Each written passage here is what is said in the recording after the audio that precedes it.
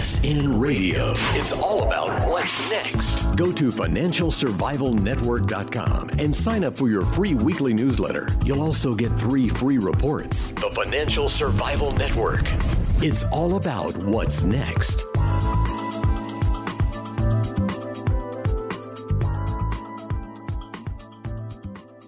And welcome. You're listening to the Financial Survival Network. It's Kerry Lutz. And as you know, I was out in California last weekend. What I didn't tell you is I was at Jason Hartman's special annual event called Meet the Masters. Deals with real estate investing. And while I'm at it, shout out to Karen Leone, who's a faithful Financial Survival Network listener who also is an investor in a number of properties that Jason's resources have led her to. And Jason, hey, I never saw you in action before, but I had just an incredible time.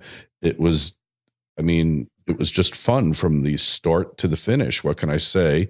And not only that, while I was having fun, I really did learn an awful lot about real estate and investing. My only regret was that I didn't start this when I knew I should have in my 20s, like you. Well, we all have those regrets when it comes to income property and real estate investing, like that little poem I shared at the end, The Reluctant Investor's Lament, Kerry. I hesitate to make a list of all the countless deals I've missed. Bonanzas that were in my grip, I watched them through my fingers slip. The deals which I should have bought were lost because I overthought, Yeah. Boy, story of my life, Jason. You got to start somewhere. And the only place in our lives that we ever exert any control over is now. Now and it's gone. Now and it's gone. Now and it's gone. So we only have control over the present, as it's been called, this precious present. Mm-hmm. And that's when we've got to take action in the moment, in the now. So start now. And, I've had people out there write me and say, I've tried investing in real estate, particularly, 1 to 3, 4 family houses or triplexes, quads, as they're called in different places. And it hasn't worked out for me. And I would tell them the reason it didn't work out is because you didn't use Jason's discipline. And you have a very disciplined approach to this, where the best thing, and I've said it myself a number of times, is some of the best deals I made are the deals I never made. All right. Yeah. And if the property doesn't fit your criteria or the market doesn't fit your criteria, you basically walk, right? Mm-hmm. Yeah, absolutely. One of my 10 commandments of successful investing, and that's commandment number 5, is thou shalt not gamble. And what I mean by that, Kerry, is to say that if the property must make sense the day you buy it, or you don't buy it. There are so many people out there who call themselves investors, whether it be in real estate or many other things, and they're just really gamblers. They're just speculators. And, you and I have many times debated gold and so forth. And, look, I own some gold, okay, but I don't like it that much because it's a speculation. It's not a multi-dimensional asset class. When I say the property must make sense the day you buy it or you don't buy it, that means from a cash flow perspective, you've got to have cash flow. If you don't have cash flow, you don't have an investment. You just have a speculation, a gamble. And I've just become too conservative at my old age to gamble. I just don't want to lose money anymore. One of the cardinal rules of investing is don't lose money. Don't lose money.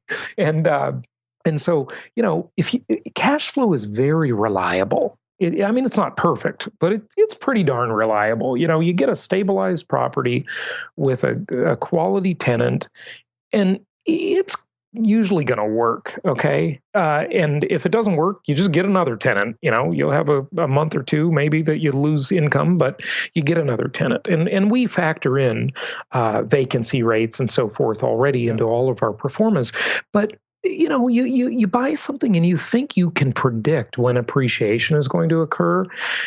I never see those people make money over the long haul. They might get lucky a couple of times, but over the course of their lives, over the course of a decade or two, they always seem to get burned and give it all back. Hey, I mean, yeah, of course, because as you always said, the appreciation that you're factoring in, that you're speculating on, is always in what some people call the go-go markets. And those go-go markets can turn on a dime and turn into no-no markets, right? Mm-hmm. Yeah. And I'm talking like New York, LA. Right now, Miami has turned into one of these go-go markets. It didn't used to be.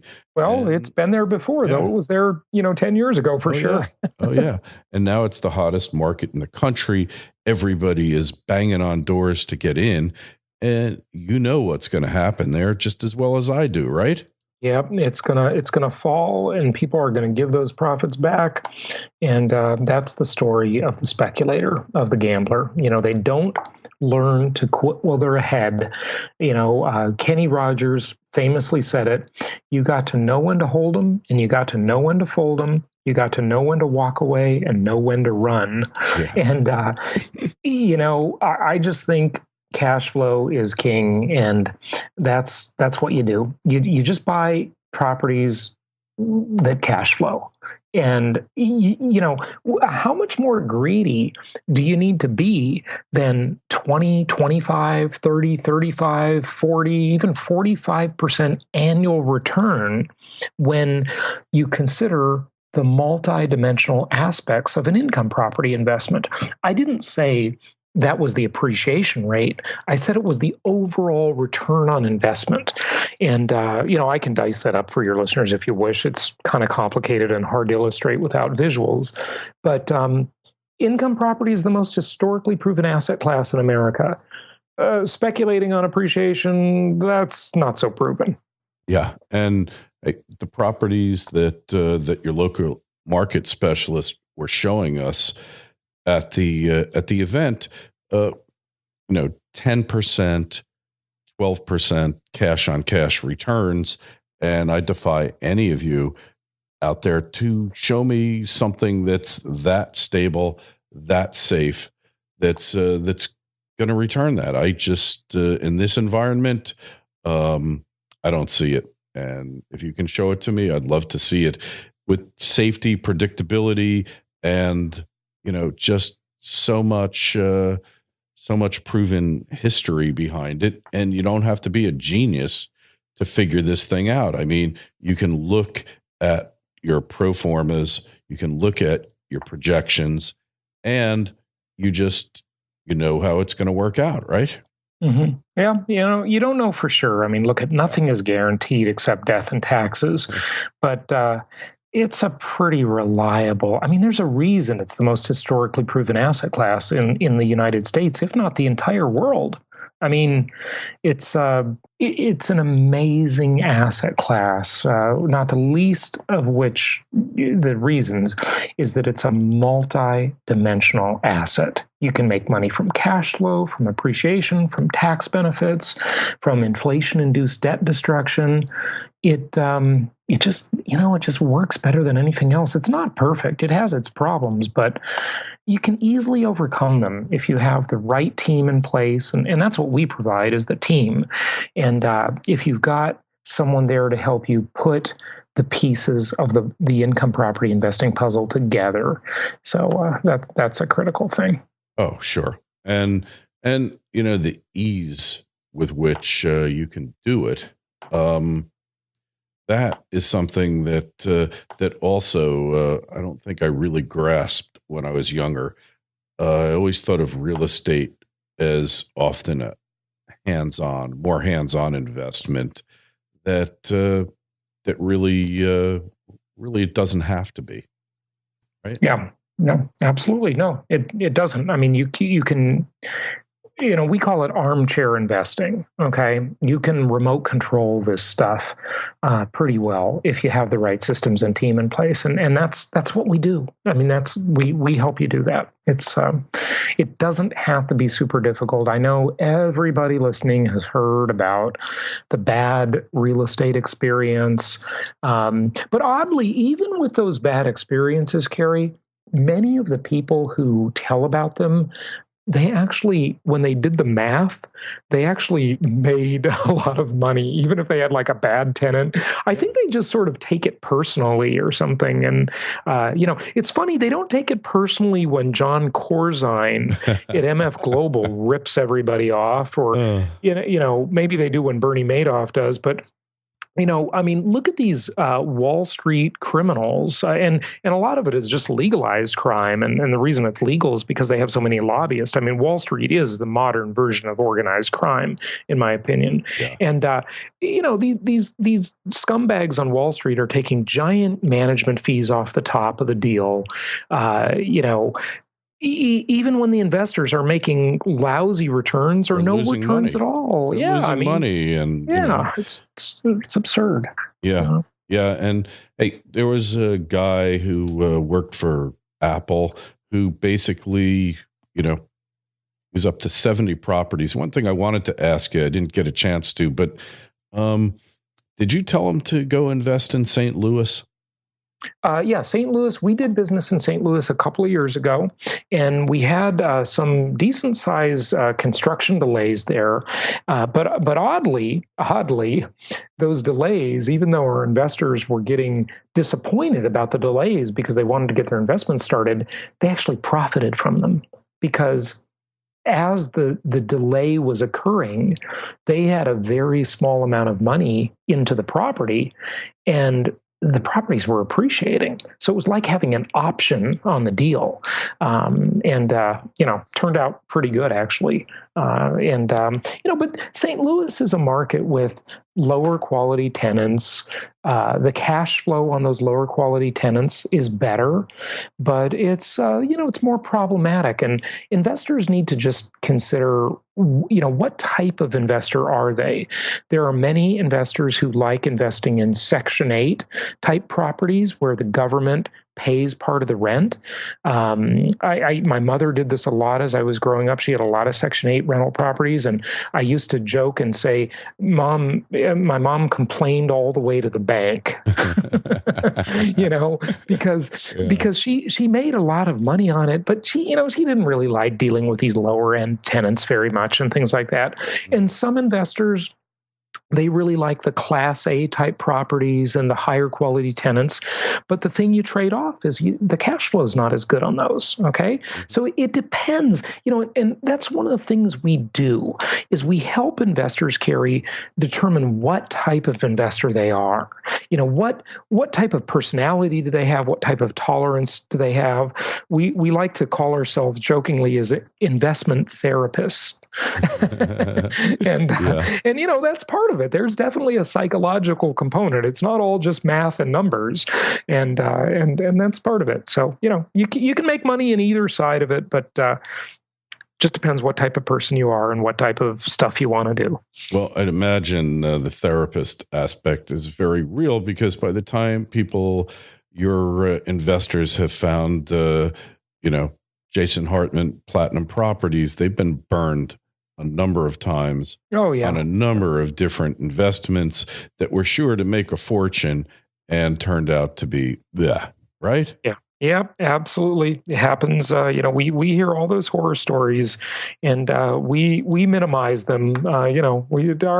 There's still challenges from time to time, but overall it works pretty well. Look, it's the most historically proven asset class in America.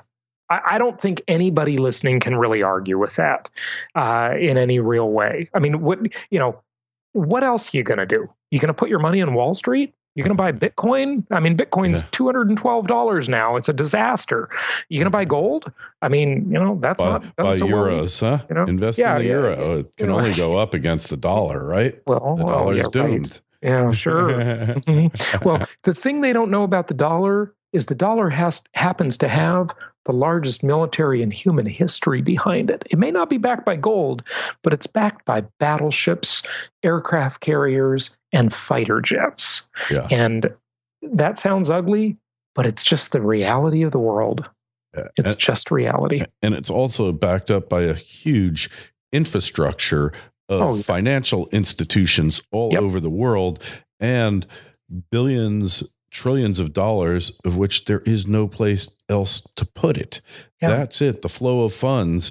And when the going gets tough, are you going to put your money in yen or euros or in a shaky Greek bank?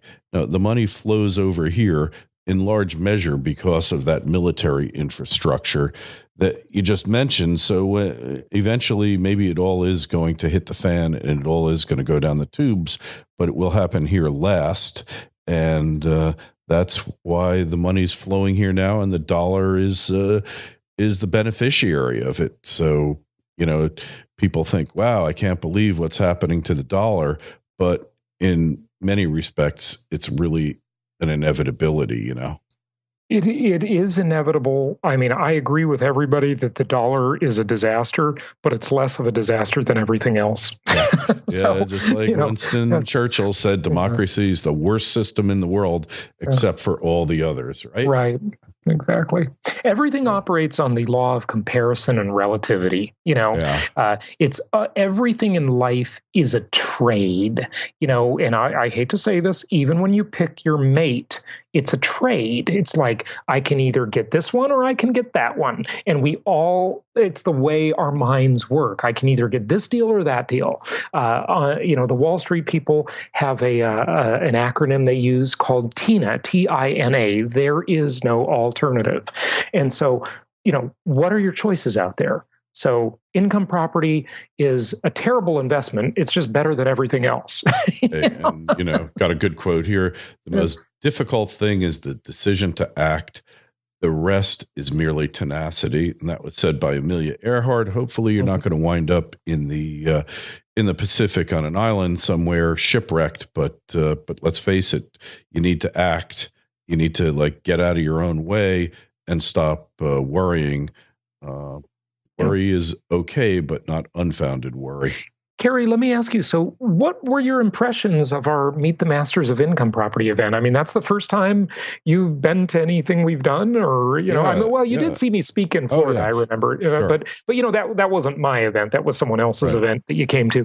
And what were your impressions? Well, two things. So people there, there were a couple of actual listeners who found you through the Financial Survival Network, and the caliber of the people who were there, the questions they were asking of the accountants, the attorneys, and your local market specialists were I listened to them and I said, wow, these people are really on the ball. These are people like me, a lot of baby boomers there.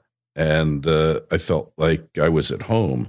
And then the people who were, doing the properties, as you refer to them, your local market specialists, were really on top of their game. I mean, those people, they knew what they were doing. Look at the homes, they would show typical homes up there on the screen in their PowerPoint. You talk about PowerPoint presentations till you're blue in the face. It's irrelevant. It's like, do they know what they're talking about or don't they?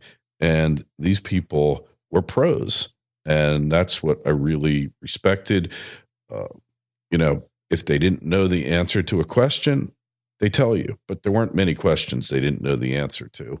And they were, they were investor centric. I'm not sure if you were in the room when this was spoken, but I love hearing this kind of stuff because I really think it's just so true of our group and our company and our clients and our culture, is that when the attorney was speaking on some of the really more sophisticated IRA, self-directed IRA, and Roth IRA strategies, and he said, it's the first time this guy spoke at our event. One of my attorneys came out and spoke, and he recently published a book, about a year ago, on self-directed IRA investing. That's really become kind of the Bible of that industry. It's really technical and really explores a lot of the stuff that most people just gloss over.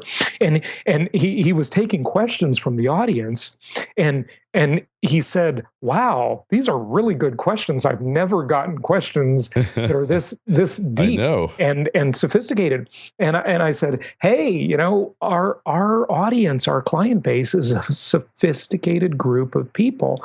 This is not your typical cheesy, scammy real estate seminar. And that's what most of the world is out there. It's a bunch of cheesy, scammy real estate gurus that want to take and sign you up for some $30,000 coaching program, or in some cases a $64,000 program. And we don't do that. We're a real estate company. We actually have properties for you to buy." And one other thing, Jason, is that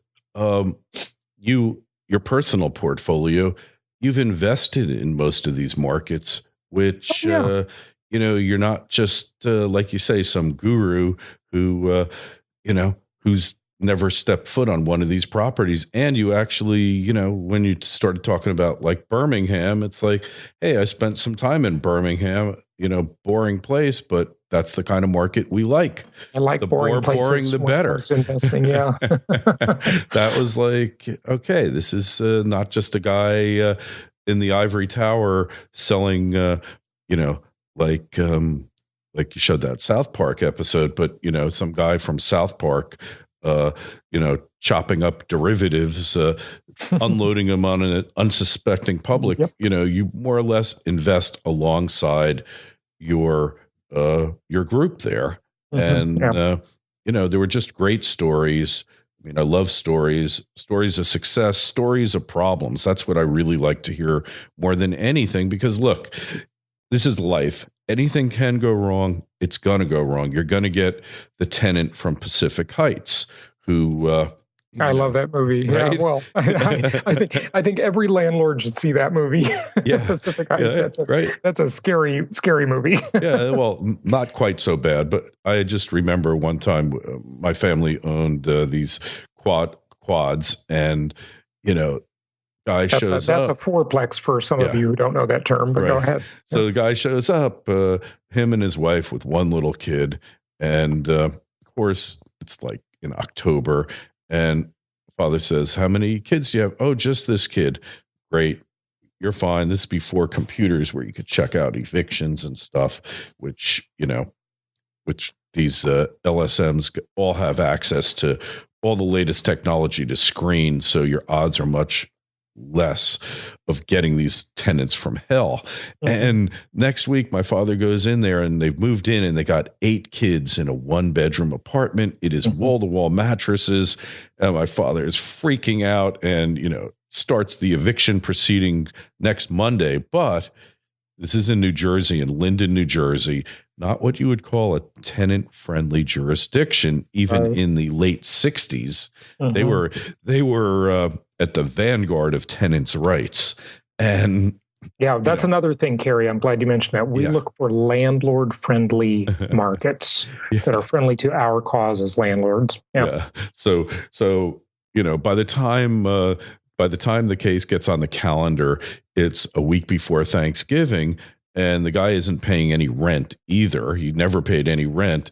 And, the judge says to my father, "Mr. Lutz, sorry, but it's Thanksgiving. We can't put him out on the street." And my father says to the judge, "Well, who's going to pay the rent, Your Honor? Are you?" And judge looks at my father and says, "I'm going to hold you in contempt, Mr. Lutz, if you don't back off now." And my brother's there trying to drag my father out to get him to back off. And finally, my father decided he didn't want to spend the evening in in the Linden City lockup, so he backed off. But it took 6 months to get that guy out. Unbelievable. And, see, most of these horror stories come from landlord-unfriendly markets, exactly. like the Socialist Republic of California. Okay, my former home state, and we first of all, we want to be investing in markets with good cash flow and good economic prospects and growth, that are places that are business friendly, that companies are moving to and employment is expanding. But then also places where the legal and regulatory climate is friendly to our cause as investors. That's where we need to be. It just doesn't make sense to do anything else. And you've got the choice to do it. So go there, no matter how good the landlord-unfriendly jurisdiction might look on paper. Stay the heck out of there, because you never know when you're going to get one of those tenants from hell. Anyway, you got to go over, if you're thinking of investing in real estate or you're looking for a better return, because the cash on cash, 10 to 12%, not unusual, even higher on some of the properties the local market specialists were showing. jasonhartman.com. And hey, I highly recommend attending one of Jason's events. You will not regret it. It's well worth the effort to attend. I know I'll be at the next one, Jason. And hey, you'll find the link over, as always, in the show notes on financialsurvivalnetwork.com. And Jason, you be well. Thanks, Kerry. Happy investing to you and your listeners. FSN Radio. It's all about what's next. Go to financialsurvivalnetwork.com and sign up for your free weekly newsletter. You'll also get 3 free reports. The Financial Survival Network. It's all about what's next.